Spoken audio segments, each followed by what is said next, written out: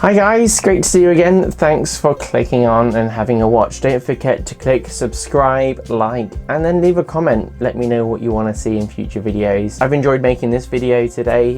It's a montage of when I was at the Essex Carpet Clash a couple of weekends ago. It's run by Richard Thorpe, supported by Chris Delves, Zeta Stafford, and all Richard's family and friends. So it's a great meeting to get to. So get down there if you can make it. It's in the east, the southeast of England, in a place called Essex, hence the title of the name of the track series, and it's quite easy to get to. Straight down the M25, hook off, and you're there. Obviously I live in the centre of England, so it's easy for me, but if you're from the north or from another country, it's a bit more difficult. Yeah, I had a really great day there. We had 4 qualifiers, 3 finals. It was all squeezed into one day. Excellent. I had really good fun racing.